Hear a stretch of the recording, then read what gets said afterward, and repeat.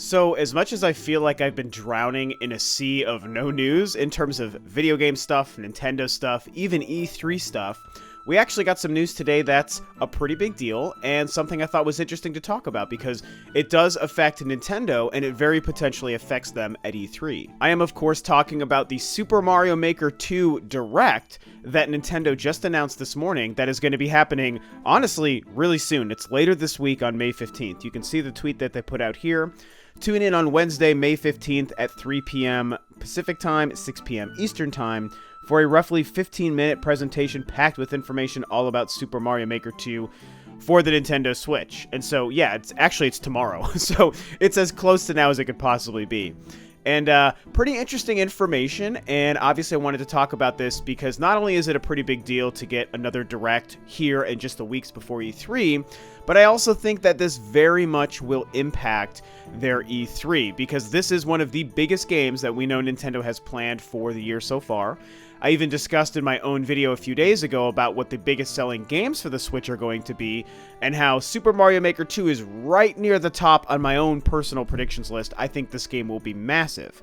And so it's great that they're giving people who are fans of it or excited about it a Nintendo Direct focused on this game, but also we probably could have expected this to be a big focus at E3, and now we know it's not going to be. And of course, I should remind you guys, without hopefully spending too much time on this, that I'm not really someone who's into Super Mario Maker or excited about Mario Maker 2. I know I've already brought it up a few times, and so some of you guys have heard me mention this, but, you know, as a refresher for anyone who might stumble upon this video, this channel because of this video, I'm not the biggest fan of Mario Maker. I didn't really enjoy the first game because I just don't have much investment in other people making Mario levels, because while I think it's impressive, the tools that the game provides to the player and what so many of you guys out there are capable of creating, it's all very impressive, but it very rarely turned out to be fun for me. When I was playing the first Mario Maker, I was like, wow, it's so cool what people can create for sure, but I am not having fun playing this stuff.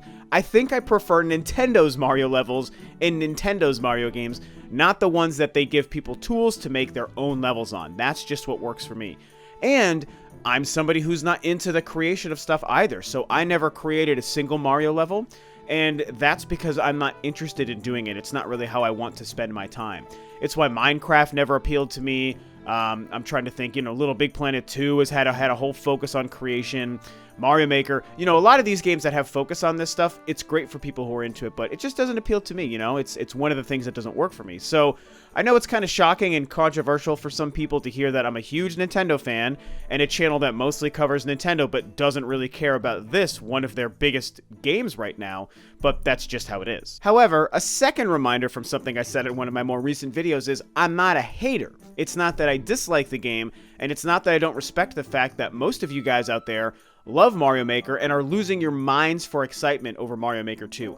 I want this game to be great, and I want it to sell very well, and I want it to be successful, and I want Nintendo to be successful, and I expect those things to happen. I certainly expect this game to be good for fans, I expect it to be very successful, and I expect Nintendo to make a lot of money with it, and I think that that's great. That's what I wish for any company, especially my favorite, who happens to be Nintendo. Now, when we come back to the idea of this Nintendo Direct, again, a lot of people were wondering or guessing or speculating or even hoping for some kind of Nintendo Direct before E3. And I gotta tell you, this one definitely surprises me because as much as I wanted to believe we would get another Nintendo Direct maybe sometime last month, once we didn't and we got this close to E3, I did not expect another Nintendo Direct. Even one focused on a specific game. I think that's probably the bigger surprise to me. But I think it's great because I do love these game-focused Nintendo Directs, and, I don't know if I'm going to be able to check this out live as it happens. Actually, yeah, no, I won't be able to watch this live now that I think about it. And so, maybe I'll come back and watch it again just to kind of understand what it is, and maybe I'll make a video recapping it as a non-fan. But because I'm not a fan, I'm not super worried if I don't have an opportunity to check this out. But it's very smart for Nintendo. Build up some more hype going into E3. Remind people about one of their biggest games. And, we also can't forget, this game comes out at the end of June. This game comes out like 2.5 or 3 weeks after E3 is over. And so maybe it makes sense for them to just do their own direct focus on this game. And they don't need to spend too much time in their presentation at E3 on this game because it'll come out right after E3 is over. I'm sure that the Treehouse will feature a lot of Mario Maker content. So for those of you guys who just want to gobble up everything Mario Maker 2 you possibly can, I think the Treehouse is going to be where it's at. But this is obviously showing us that Nintendo has no plans to show Mario Maker 2 in their Nintendo Direct E3 specific version. Now, of course, the big question with all this news now becomes, what happens to their E3 Direct now that Mario Maker 2 won't be a part of it? What are they going to show off? What are they going to detail? And for the most part, that conversation is meant for a different video, probably sometime later this week where I actually do my E3 predictions. But, you know, the quick version, I think, is we can guess what they're going to do. We know they're going to focus on Fire Emblem. We know they're going to focus on Animal Crossing, at least we assume. Luigi's Mansion 3 or Bayonetta 3 are other games that have a chance at getting a strong focus, and those are two that I really, really, really want to have a strong focus. So that'll be interesting to see what happens there. But for now, I think that this really just tells us we know this huge game won't be there. Some of the other games we could be pretty sure make a lot of sense to show up at their E3 presentation now without this game. And, you know, there's also always the possibility of new games, new IPs, announcements of a franchise or a series that we're not familiar with. Maybe a surprise third-party game or a third-party exclusive. I actually do expect that. So, anyway, like I said, I'm going to make a video in a couple of days really getting into the weeds on my Nintendo E3 predictions. I think that will be a lot of fun and you guys will like it. But for now, I think that's it. Just quick touching base about the announcement of this Super Mario Maker 2 Direct. Pretty cool stuff. I'm very happy for it, even though I'm not a fan. And for all of you guys who love Mario Maker, I am stoked for you because I bet you are losing your minds. It's exactly how I'm going to feel when we finally get a Metroid Prime 4 Nintendo Direct in like 4 years.